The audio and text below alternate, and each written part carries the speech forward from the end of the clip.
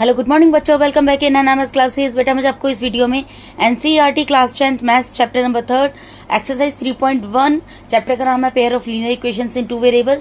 इसकी exercise 3.1 start कराने जा रही हूँ। तो इस वीडियो के अंदर हम एक्सरसाइज 3.1 का फर्स्ट क्वेश्चन करेंगे, जिसके कि 2 पार्ट्स दिए हैं। दोनों पार्ट्स हम इसी वीडियो में सोल्व कर लेंगे। बेटा इससे पहले मैंने इस चैप्टर के इंट्रोडक्शन के 3 पार्ट अपलोड किए हैं। अगर आपने वो नहीं देखे हैं, for better understanding first of all आपको वो वीडियोस जरूर देखने चाहिए। ठीक है जी, चलिए अब हम स्टार्ट करते हैं एक्सरसाइज 3.1 का first question.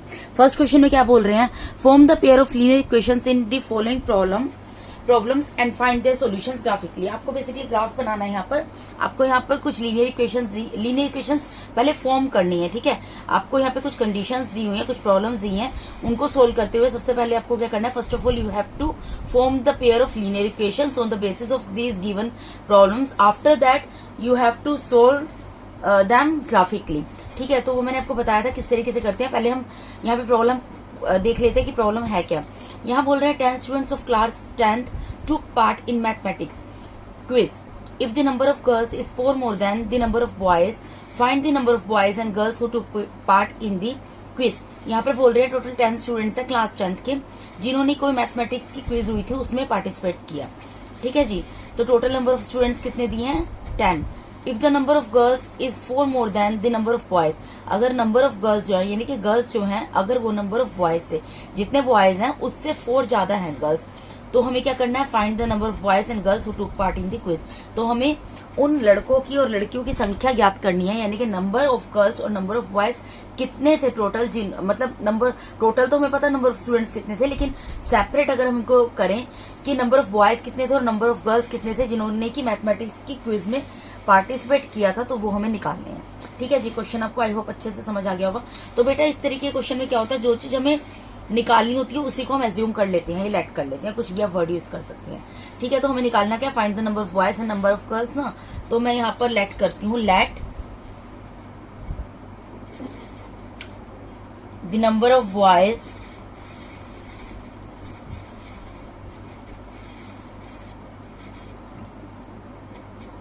Is equals to X. ठीक है, and let the number of girls is equals to Y. मैंने यहाँ पर मान लिया कि नंबर ऑफ बॉयज जो है एक्स है और नंबर ऑफ गर्ल्स कितनी है बेटा, नंबर ऑफ गर्ल्स यहाँ पर वाई है। ठीक है, क्योंकि टोटल नंबर ऑफ बॉयज और नंबर ऑफ गर्ल्स ने ही तो पार्टिसिपेट किया ना, और हमें नंबर ऑफ बॉयज और नंबर ऑफ गर्ल्स निकालनी है। ठीक है, तो मैंने नंबर ऑफ बॉयज को एक्स मान लिया, एज्यूम कर लिया, और नंबर ऑफ गर्ल्स को यहाँ पर वाई एज्यूम कर लिया। उसके बाद अब देखो हम चलते हैं according to question. A stands for according, P stands for to and Q stands for question.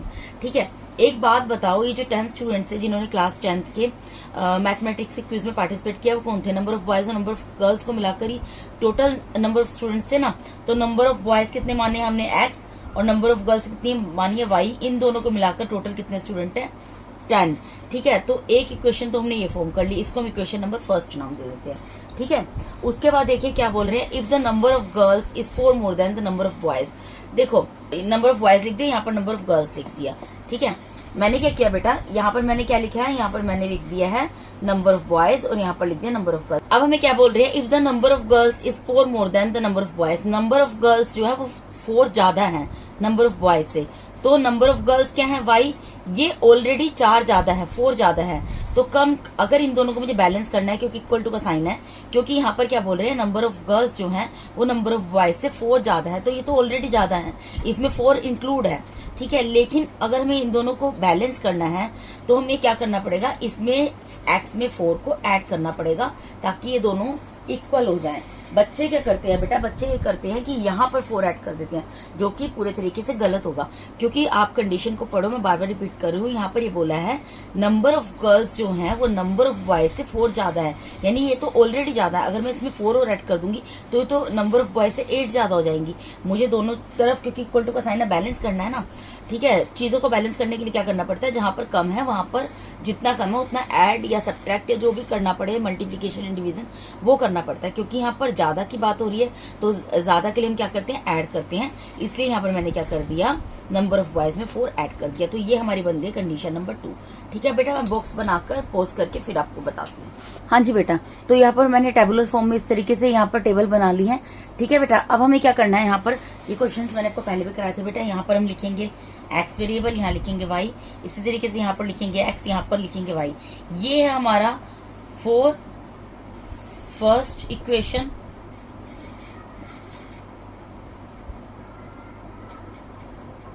और ये है हमारा फॉर सेकेंड इक्वेशन।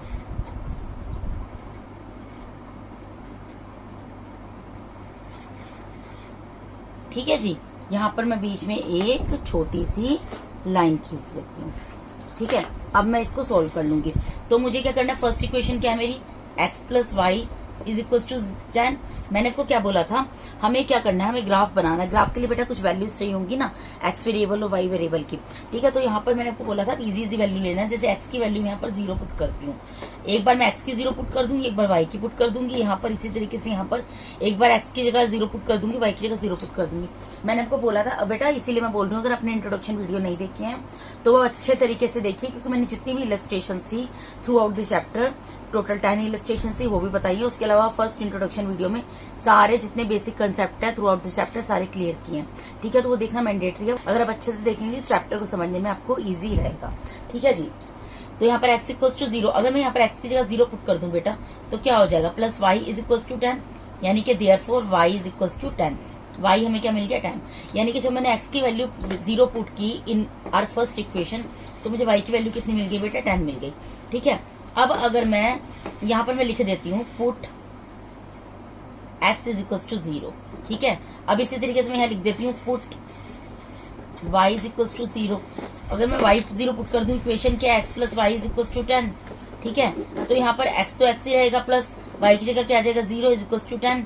तो 10 तो x की वैल्यू क्या निकल जाएगी, therefore x is equal to 10। ठीक है, जब मैंने y की जगह 0 पुट किया तो x की वैल्यू कितनी निकली, 10।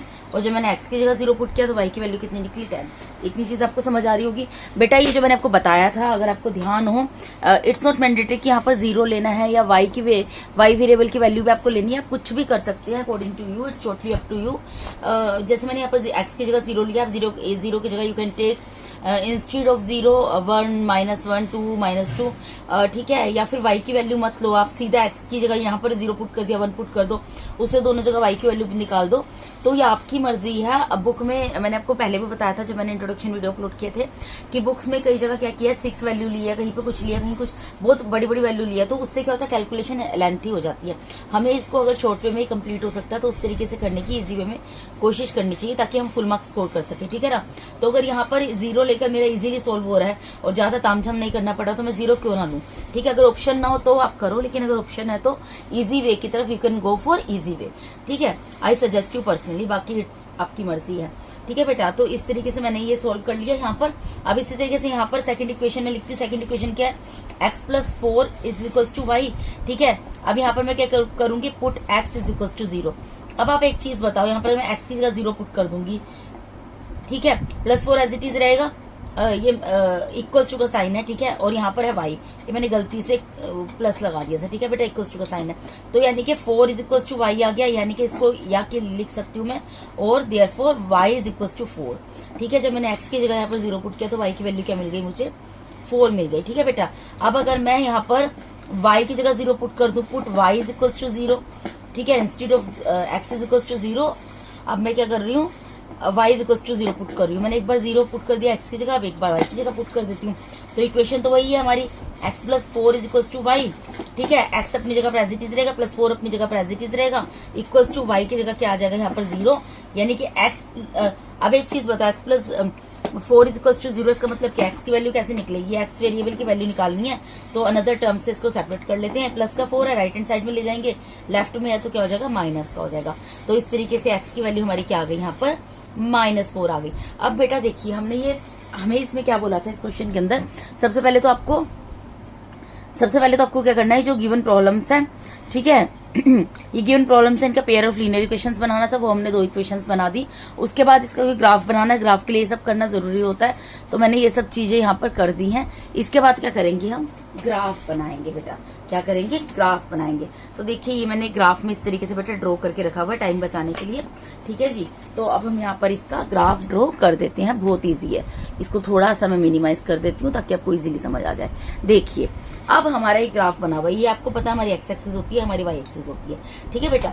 हमें जब एक्स की वैल्यू 0 है, एक्स की वैल्यू 0 है, एक्स का 0 कहाँ होगा? यहाँ पर। तो वाई की वैल्यू कितनी आई है? 10 आई है। एक्स के 0 पे वाई का 0 कहाँ, वाई का 10 कहाँ होगा बेटा? ये वाई एक्सिस है, ठीक है। इधर देखो मैं आपको बता देती हूँ, एक्स एक्सिस होता है, वाई एक्सिस होता है। इधर एक्स एक्सिस के पॉजिटिव इंटीजर्स होते हैं, इधर एक्स एक्सिस के नेगेटिव इंटीजर होते हैं। इसी तरीके से इधर वाई एक्सिस के पॉजिटिव इंटीजर्स होते हैं और इधर वाई एक्सिस के नेगेटिव इंटीजर्स होते हैं। तो जब हमारी एक्स की वैल्यू 0 तो वाई की वैल्यू 10 है, तो वाई की वैल्यू 10 कहाँ आएगी? यहाँ पर आएगी। तो यहाँ पर लिखकर दिखाना पड़ेगा। मैंने बोला था कोऑर्डिनेट्स कैसे लिखते हैं, एक्स को वाई करके, ठीक है। तो एक्स की वैल्यू यहाँ पर क्या ली है? 0 और वाई की वैल्यू क्या आई है? 10, ठीक है। तो इसके कोऑर्डिनेट्स मैंने यहाँ पर इस तरीके से लिख दिए। उसके बाद जब एक्स 10 है तो वाई 0 है। अब एक्स एक्सिस का 10 कहाँ होगा? एक्स एक्सिस का 10 तो ये रहा, और वाई 0 भी यहीं पर आएगा। तो यानी कि यहाँ पर मैं लिखूंगी एक्स, कोऑर्डिनेट्स कैसे लिखते हुए मैंने आपको बताया है, एक्स कोमा वाई। तो एक्स की वैल्यू कितनी है यहाँ पर? 10 और वाई की वैल्यू कितनी है? 0। अब ये जो 2 पॉइंट्स मिले हैं इनको क्या करना पड़ेगा? हमें स्केल की हेल्प से, रूलर की हेल्प से ज्वाइन करना पड़ेगा, ठीक है बेटा। तो इसको हम ज्वाइन कर देते हैं इस तरीके से। देखिए ये मैंने ज्वाइन कर दिए, यहाँ पर एरो लगा देंगे ऊपर नीचे, ठीक है बेटा। और ये जो मैंने कोऑर्डिनेट्स ज्वाइन किए किस इक्वेशन के थे? x + 4 = 10। तो इसके ऊपर ही इसकी इक्वेशन भी लिखकर दिखानी होती है, x + y = 10। ये हमारी फर्स्ट इक्वेशन जो बनी थी उसका मैंने ज्वाइन किया। इधर लिख दो, कोई दिक्कत नहीं है, ठीक है। उसके बाद हम सेकंड इक्वेशन की तरफ जाते हैं। यहाँ पर x की वैल्यू जब 0 थी तो y की कितनी आई? 4। तो x एक्सिस का 0 कहाँ होगा? यहाँ पर, और y एक्सिस का 4 कहाँ होगा? 4 पॉजिटिव इंटीजर है तो ऊपर की साइड होगा। तो यानी कि यहाँ पर, यानी कि कोऑर्डिनेट्स लिखेंगे पहले x की वैल्यू, x की क्या? 0, तो y की कितनी आई? 4। तो यहाँ पे कोऑर्डिनेट्स क्या आ गए? 0,4, ठीक है जी। इतनी चीज आपको समझ आई। उसके बाद देखिए अगर x एक्सिस पे -4 है तो y की वैल्यू 0 है। अब x एक्सिस का नेगेटिव इंटीजर कहाँ होगा? यहाँ पर होगा, और y 0 कहाँ होगा? वो भी यहीं पर होगा, ठीक है। तो x एक्सिस कोऑर्डिनेट्स कैसे लिखेंगे? पहले x की वैल्यू क्या है यहाँ पर? -4, और y की वैल्यू क्या? 0। तो -4,0 इस तरीके से मैंने लिख दिया। अब हमें क्या करना है? इन कोऑर्डिनेट्स को ज्वाइन करना है। तो देखो इन कोऑर्डिनेट्स को ज्वाइन करते हैं, ये नहीं कि यहाँ तक करके आपको छोड़ देना, इसको पूरा यहाँ तक आपको ज्वाइन करना पड़ेगा, ठीक है। ये क्या है, किस टाइप की लाइन है बताना नहीं है, वैसे आप देखकर अंदाजा लगा सकते हैं। ये इंटरसेक्टिंग लाइन है। ये हमें क्यों करना जरूरी है बेटा? क्योंकि इस ग्राफ की हेल्प से हमें बताना है कि कितने नंबर ऑफ बॉयज थे और नंबर ऑफ गर्ल्स कितने थे। अब आप सोचोगे इस ग्राफ की हेल्प से हम कैसे बताएंगे, मैं आपको बताती हूँ। जिस पॉइंट पर ये दो लाइंस, पहले तो देखो ये जो लाइन आपने ड्रॉ की है ना, ये किस इक्वेशन के बेस पर है? x + 4 = y। इसके ऊपर इक्वेशन लिख दो, x + 4 = y। जैसे हमने फर्स्ट लाइन ड्रॉ की थी वो जिस इक्वेशन की थी वो इक्वेशन लिख दी थी, इसी तरीके से जब सेकंड लाइन ड्रॉ की है वो जिस इक्वेशन के बेस पर बनी है वो इक्वेशन हमने उसके ऊपर लिख दी है। अब इसके बाद हमें नंबर ऑफ बॉयज और नंबर ऑफ गर्ल्स बताना है। तो इसके लिए क्या करना होता है बेटा? ये देखिए ये दोनों लाइंस जिस पर्टिकुलर पॉइंट पे इंटरसेक्ट कर रही हैं, ठीक है, उनको यहाँ पर मैं मिला देती हूँ इस तरीके से। ये एक्स एक्सिस पे मिला और ये मिली लाइन जाकर आपकी वाई एक्सिस पे, एक्स एक्सिस पे मिलके वाई एक्सिस पे। अब इसके कोऑर्डिनेट्स लिखने होते हैं, एक्स कोमा वाई करके। कोऑर्डिनेट्स कैसे लिखोगे? देखो बेटा ये यहाँ पर एक्स एक्सिस पे कौन से पॉइंट पे मिल रही है? 3 पर। तो पहले एक्स एक्सिस का लिखते हैं पॉइंट 3 लिख दिया। वाई एक्सिस पे कौन से पॉइंट पे मिल रही है? 7 पर। तो यहाँ पर 7 लिख दिया। यानी कि इसका मतलब क्या निकलता है कि नंबर ऑफ बॉयज कितने होंगे? नंबर ऑफ बॉयज क्या माने थे हमने, क्या एज्यूम किया था? नंबर ऑफ बॉयज को हमने क्या माना था? x, और x की वैल्यू यहाँ पर कितनी आई है? 3। नंबर ऑफ गर्ल्स को क्या माना था? y, और y की वैल्यू कितनी आई है? 7। तो यहाँ पर हमें इस तरीके से लिख कर दिखाना है। मैं यहाँ लिख देती हूँ देयरफॉर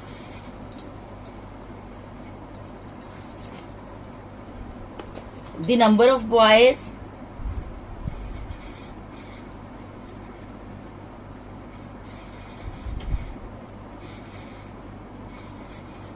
इज इक्वल्स टू, कितने निकले हैं बेटा? 3 and the number of girls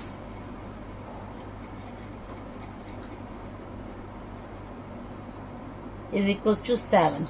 ठीक है बेटा, who took part in the quiz, अगर आप लिखना चाहो लिख दो, मैंने इतना लिखकर छोड़ दिया। ठीक है जी, तो ये आपका यहाँ पर इसके साथ ही एक्सरसाइज का एक्सरसाइज 3.1 का फर्स्ट क्वेश्चन का फर्स्ट पार्ट यहाँ पर आपका कंप्लीट होता है। ठीक है, अब हम मूव करते हैं सेकंड पार्ट की तरफ। अब देखिए इसके सेकंड पार्ट पे मूव करते हैं। सेकंड पार्ट में क्या बोल रहे हैं बेटा, देखिए 5 pencils and 7 pens together cost ₹50, whereas 7 pencils and 5 pens together cost ₹46. Find the cost of 1 pencil and that of 1 pen. 5 pencil, अगर हम मार्केट में जाते हैं और 5 पेंसिल खरीदते हैं और 7 पेन खरीदते हैं तो उन दोनों की टोटल कॉस्ट मिलाकर कितनी पड़ती है, ₹50। इसी तरीके से अगर हम 7 पेंसिल और 5 पेन इकट्ठे खरीदते हैं तो उनकी कॉस्ट पड़ती है 46। आपको क्या करना है, एक पेंसिल और एक पेन की कॉस्ट बतानी है। ठीक है जी, और फिर उसको उसके बाद उसी तरीके से पहले इसकी क्या करना है, पहले इसकी इक्वेशंस जो भी है लीनियर इक्वेशंस फॉर्म करनी है, उसके बाद वही टेबल हम बनाएंगे। ठीक है, उसके बाद इसका ग्राफ ड्रॉ करेंगे। ठीक है, तो जो हमें निकालना है उसको हम ज्यूम कर लेते हैं। हमें निकालना क्या है, cost of 1 pencil and cost of 1 pen. तो जो पहले दिया उसको पहले ज्यूम कर लो। Let the cost of 1 pencil, तो हम यहाँ पे अज्यूम कर लेते हैं let the cost of 1 pencil is equal to ₹X, क्योंकि कॉस्ट कर रहे हैं इसलिए रुपीज लगा रहे हैं, and let the cost of 1 pen is equal to ₹Y। ठीक है बेटा, ये मैंने कर लिया। अब अकॉर्डिंग टू क्वेश्चन पे आ जाते हैं। अब आप ध्यान दो, यहाँ पर क्या बोल रहे हैं, 5 पेंसिल्स एंड 7 पेन्स। ठीक है बेटा, 5 पेंसिल, देखो पेंसिल को हमने क्या माना है, अगर एक पेंसिल की कॉस्ट X रुपीज है, अगर एक पेंसिल की कॉस्ट X रुपीज है तो 5 पेंसिल की क्या होगी, 5 × X। ठीक है, अगर आप कोई एक ट्रॉफी खरीदते हैं जिसकी कॉस्ट ₹2 है तो वैसे ही 5 ट्रॉफी कितनी की आएंगी, 2 × 5। अब देखो बेटा 5 पेंसिल, एक पेंसिल की कॉस्ट अगर X रुपीज है, 5 की कितनी होगी, 5 × X। ठीक है, और प्लस में 7 पेन, अगर एक पेन की कॉस्ट Y रुपीज है तो 7 की कितनी होगी, 7 × Y। अगर इन दोनों को ऐड कर देते हैं तो कितना बनता है, ₹50। तो ये हमारी बन गई फर्स्ट इक्वेशन। उसके बाद यहाँ पर क्या बोल रहे हैं, 7 पेंसिल्स एंड 5 पेन्स। अब पेंसिल को हमने क्या ज्यूम मान किया है, X, तो अगर एक पेंसिल की कॉस्ट X रुपीज है, 7 पेंसिल की कितनी होगी, 7 × X, प्लस पेन को क्या ज्यूम किया, Y, अगर एक पेन की कॉस्ट Y है तो 5 पेन की कॉस्ट कितनी होगी, 5 × Y। अगर 7 पेंसिल और 5 पेन खरीदते हैं, इनका टोटल मिलाकर होता है ₹46। ठीक है, तो ये हमारी इक्वेशन नंबर 2 बन गई। ठीक है जी, तो सेम क्वेश्चन हो गया जैसा पहला क्वेश्चन था आपका। हमने लीनियर इक्वेशन यहाँ पे फॉर्म कर ली है, अब इसको सिर्फ हमें सोल्व करके दिखाना है। ठीक है बेटा, तो ये जो मैंने टेबल बना के रखा है इसके ऊपर मैं लिख देती हूँ फ्रॉम फर्स्ट इक्वेशन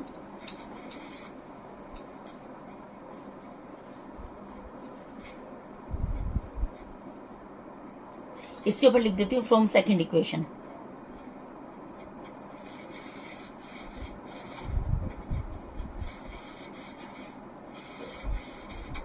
यहाँ पर x वेरिएबल लिख दिया है, y लिख दिया, यहाँ पर भी x लिख दिया, y लिख दिया। एक बार x की वैल्यू 0 ले लेंगे, एक बार y की 0 ले लेंगे, इस तरीके से यहाँ पर x की 0 ले लेंगे और y की 0 ले लेंगे। ठीक है, और बीच में खींच देते हैं एक लाइन। ठीक है जी, अब देखो मैं क्या कर रही हूँ, put x is equal to 0। x 0 put कर रही हूँ किसमें, फर्स्ट इक्वेशन में। फर्स्ट इक्वेशन क्या है, 5x + 7y is equal to 50। ठीक है, यहाँ पर 5 की जगह 5 रहेगा, x की जगह मैंने 0 पुट कर दिया, plus 7y is equal to 50। ये तो पूरा बेटा 0 हो गया, 0 + 7y इज इक्वल टू 50। ठीक है, तो यानी कि 7y इज इक्वल टू 50 आ गया। अब जो y के साथ 7 है ये मल्टीप्लाई में है। ठीक है, तो मुझे y वेरिएबल की वैल्यू निकालनी है, तो मैं क्या करूंगी, y is equal to therefore y is equal to 50, 7 multiply में डिवाइड में चला जाएगा, डिवाइडेड बाय 7। अब इसको हम सोल्व कर लेते हैं। देखो डेसिमल में इसकी वैल्यू निकाल लो, यहाँ पर क्या है 50, यहाँ क्या है 7, 7 7 = 49। ठीक है, अप टू 1 डेसिमल प्लेस तक निकाल लो, बस कोई जरूरी नहीं है ज्यादा निकालने की। अब ये डिविजिबल नहीं है तो यहाँ डेसिमल लगाया, एक 0 उतार लिया, 7 1 = 7। ठीक है जी, बस इतना करके छोड़ दो। 7.1 आया है तो यहाँ पर मैंने लिख दिया 7.1। अगर x की वैल्यू 0 ली तो y की कितनी निकली, 7.1 निकली। ठीक है, अब मैं यहाँ पर लिख रही हूँ put y is equal to 0। y को 0 ले लेते हैं एक बार। ठीक है, तो इक्वेशन क्या है हमारी, 5x + 7y is equal to 50। ठीक है जी, तो 5x तो एज इट इज रहेगा, प्लस 7 एज इट इज रहेगा, मल्टीप्लाई में y की जगह चला जाएगा 0 इज इक्वल टू 50। तो 5x प्लस ये 0 हो गया इक्वल टू 50, यानी कि क्या हो गया बेटा, 5x इज इक्वल टू 50। अब हमें किसकी वैल्यू निकालनी है, हमें x वेरिएबल की निकालनी है।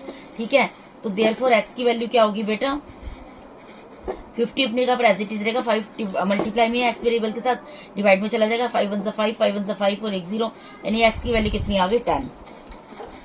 तो जब मैंने y की वैल्यू 0 ली तो x की वैल्यू कितनी आई 10। अब देखिए सेकंड इक्वेशन में भी करते हैं, put x is equal to 0, इसमें भी x की वैल्यू 0 पुट कर देते हैं।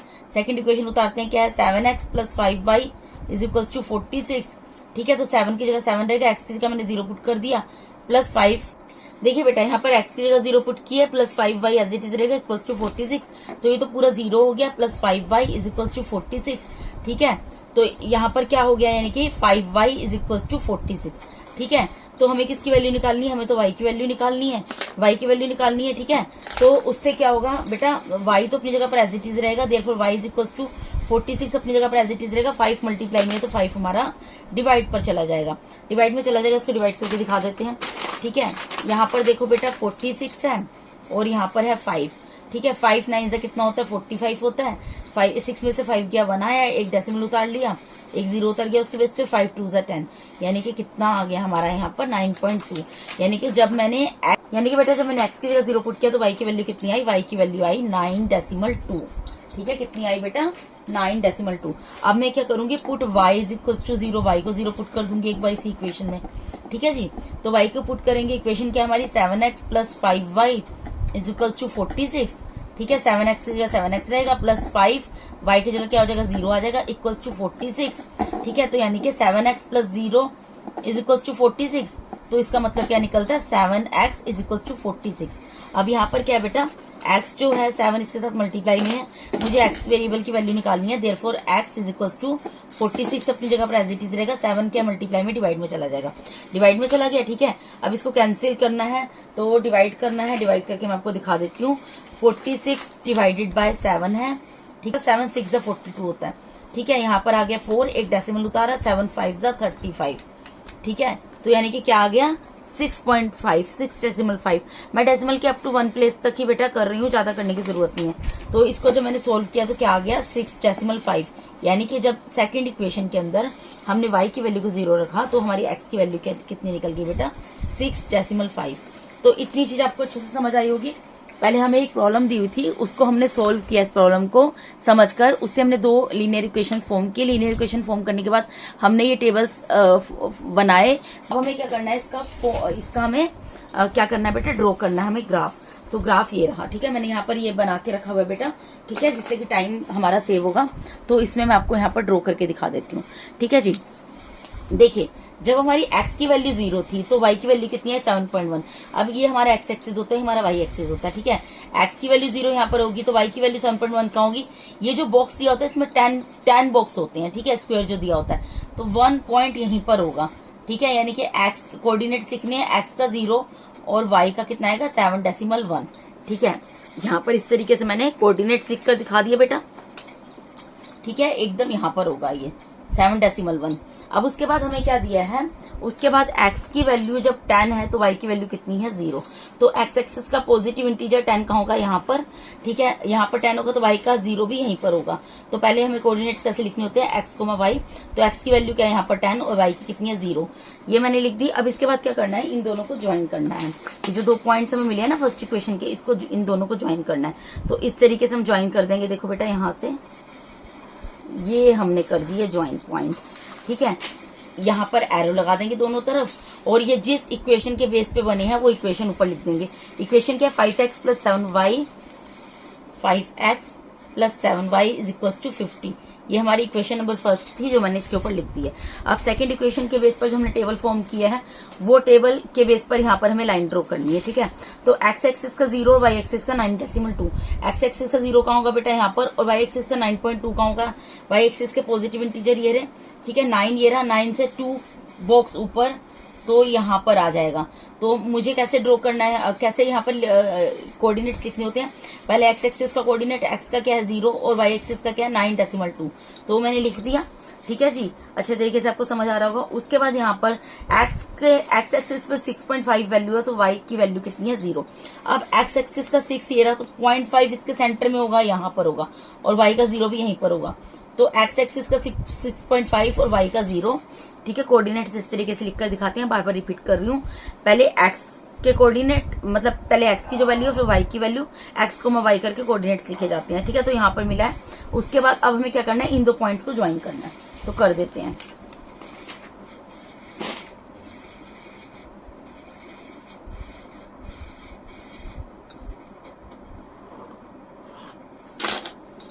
देखो बेटा, ये भी इंटरसेक्टिंग लाइन आई है।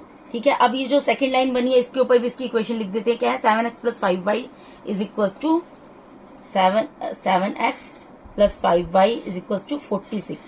ठीक है, अब हमें क्या करना है बेटा, अब इसके बाद हमें क्या करना होता है, इसके बाद हमें कोऑर्डिनेट्स फाइंड आउट करने हैं। क्यों करने हैं, क्योंकि हमें यहाँ पर कॉस्ट ऑफ वन पेंसिल और वन पेन बताना है। देखो ये जो पॉइंट जहां पर ये एक दूसरे को इंटरसेक्ट कर रहे हैं, यहाँ पर इंटरसेक्ट कर रहे हैं, तो इस लाइन को एक्स एक्सिस से भी मिला दो और इस लाइन को ही वाई एक्सिस से भी मिला दो। ठीक है, तो यहाँ पर एक्स एक्सिस में कौन से पॉइंट, ये एक्स एक्सिस की लाइन है, यहाँ पे कौन से पॉइंट पे मिल रहा है, मिल रही है ये लाइन 3 पर, तो एक्स की वैल्यू क्या आ गई 3, और वाई एक्सिस पे कौन सी लाइन पे मिल रही है ये लाइन 5 पर। ठीक है, एक्स को वाई करके कोऑर्डिनेट्स लिखते हैं ना, तो ये जो हमारा आंसर आता है ना बेटा, जो बेसिकली दो लाइंस जो हमने ड्रॉ की है वो एक दूसरे को किसी एक पर्टिकुलर पॉइंट पर इंटरसेक्ट कर रही हैं। जिस पॉइंट पे इंटरसेक्ट कर रही हैं उन दोनों पॉइंट्स को एक्स एक्सिस और वाई एक्सिस से मिला देते हैं, ज्वाइन कर देते हैं with the help of ruler scale. ठीक है, तो फिर उसके बाद हम देखते हैं एक्स एक्सिस पे वो लाइन कहां पर लाई कर रही है 3 पर, वाई एक्सिस पे जो लाइन ज्वाइन की कहां पर लाई कर रही है 5 पॉइंट पर। तो यहाँ पर कोऑर्डिनेट्स इस तरीके से लिखे जाते हैं, एक्स को वाई, एक्स एक्सिस पे जिस पॉइंट पे गई है वो पॉइंट पहले मैंने लिख दिया, वाई एक्सिस पे जिस पॉइंट पे गई है वो पॉइंट लिख दिया। तो ये जो 3 और 5 निकला है, यानी कि एक्स और वाई की वैल्यू निकली है, और एक्स और वाई को हमने क्या लेट किया था यहाँ पर, 1 पेंसिल एंड 1 पेन। ठीक है, तो वो हम यहाँ पर लिख कर दिखा देंगे, therefore the cost of 1 pencil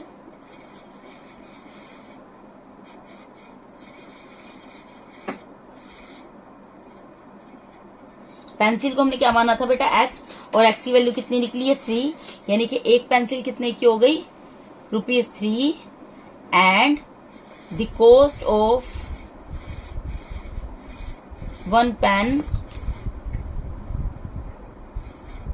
pen कितने का हो गया, एक ₹5 का, इक्वल्स टू का साइन लगा देना बीच में। ठीक है, therefore the cost of 1 pen pencil is equals to ₹3 and the cost of 1 pen is equals to ₹5 answer. ठीक है बेटा, एक पेंसिल की कॉस्ट ₹3 निकल गई, एक पेन की कॉस्ट ₹5 निकल गई। इसके साथ ही बेटा मैंने यहाँ पर आपको NCERT class 10th maths chapter number 3 pair of linear equations in 2 variables, इसके एक्सरसाइज 3.1 का question number 1 with their 2 parts complete करा दिया बेटा। अगर आप मेरे चैनल पे नए हैं और पुराने भी हैं, और अगर आप लोगों को मेरा टीचिंग मेथड अच्छा लगता है तो काइंडली आप मेरे चैनल को सब्सक्राइब कीजिए। अगर आपने अभी तक नहीं किया तो मेरे चैनल को सब्सक्राइब कीजिए, मेरे वीडियोस को लाइक कीजिए, अपने फ्रेंड्स के साथ DM के साथ शेयर कीजिए। ठीक है बेटा, और अगर आपको कोई भी डाउट है, मेरे पढ़ाए हुए किसी भी क्वेश्चन में कोई डाउट है तो आप कमेंट बॉक्स में क्वेरी पुट कर सकते हैं, मैं उसको डेफिनेटली सॉर्ट आउट करूंगी। And thank you so much for watching my videos बेटा, thank you so much, God bless all of you.